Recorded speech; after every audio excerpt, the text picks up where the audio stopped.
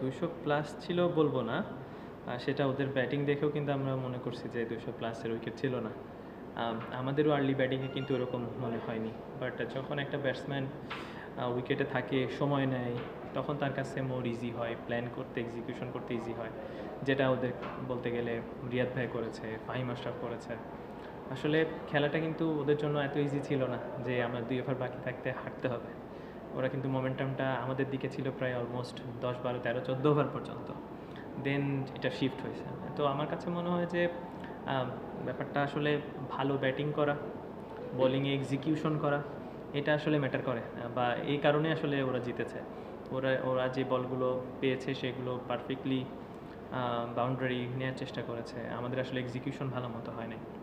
এই কারণে আসলে মনে হচ্ছে যে উইকেটটা অনেক ভালো ছিল, বাট আমরা এমন না যে খুব ভালো ভালো বলে কিন্তু তারা মারলো, ব্যাপারটা তাও ছিল না।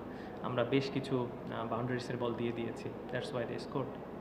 না, আসলে তা না। অবশ্যই টি-20 খেলা, মোমেন্টামের খেলা, যে কোনো সময় যে কোনো টিম নিয়ে যেতে পারে, শিফট হতেই পারে। বাট প্লেয়ারদের মধ্যে ভেরি ইয়াং সাইড, ভেরি, এমন না যে অনেক experience, but they are very talented players. তো ওরা আসলে এমন না যে তারা খুব বডি ছেড়ে দিয়েছে বা রিল্যাক্স হয়ে গেছে, বাট এটা সত্যি যে আমাদের কাছে কিন্তু যে অনেক অপশন বোলিংয়ে ছিল তাও কিন্তু না।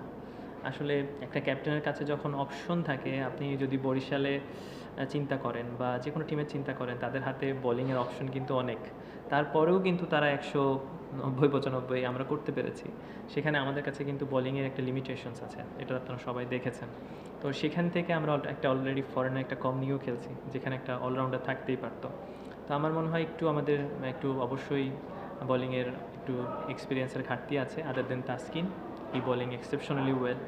ওর সাথে যদি কোনো একটা বোলার ভালো একটা এক্সিকিউশন করতে পারতো, ভালো একটা 4 ওভার শেষ করতে পারতো, আমার মনে হয় গেমটা আমাদের কাছে থাকতো।